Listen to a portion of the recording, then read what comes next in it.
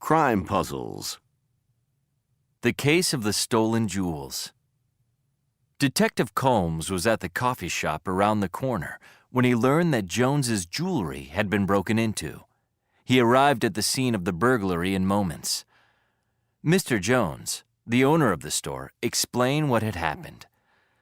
I arrived this morning to open up the shop.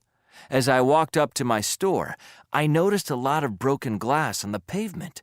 I looked up and realized that the display window had been broken. Combs looked out the broken window at the sidewalk, littered with glass. Mr. Jones continued. Then I saw that all of the jewelry from the display window was gone. The doors were still locked, so this must be where the burglar broke in. Why didn't the alarm go off? Asked Combs. It's a strange coincidence, said Mr. Jones.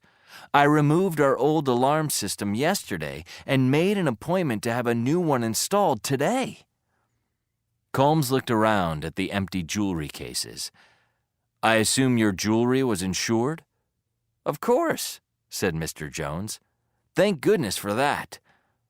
Combs nodded and said, Mr. Jones, I believe there was a crime indeed, and it was committed by you. What crime does Combs suspect Mr. Jones of committing? Why? The case of the bowling alley murder.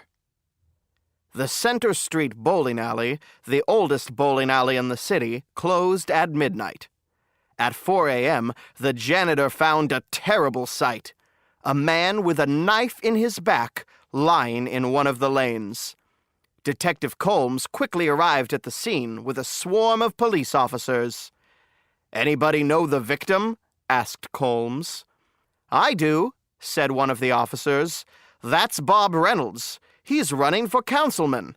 He and Mike Jenner have been having a bitter campaign battle." "Perhaps we should pay Mr. Jenner a visit," said Combs.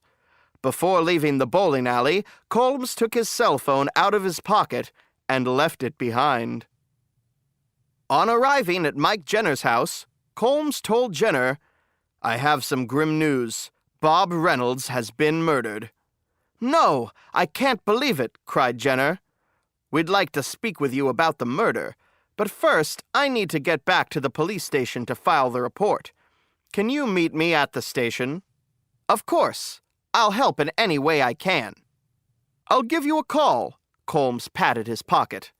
"Uh-oh, I must have left my cell phone at the bowling alley.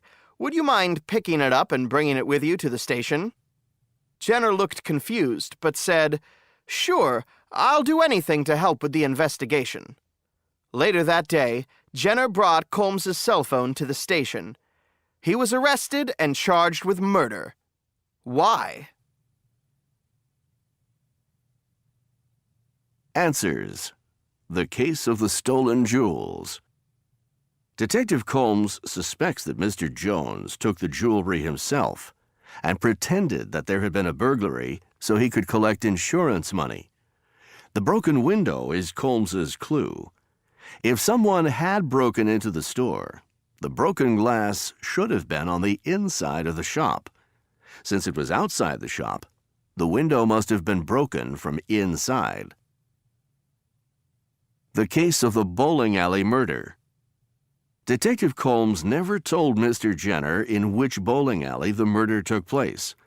Yet Mr. Jenner knew which bowling alley to go to for Combs's phone. Mr. Jenner must have known where the murder took place, because he was there.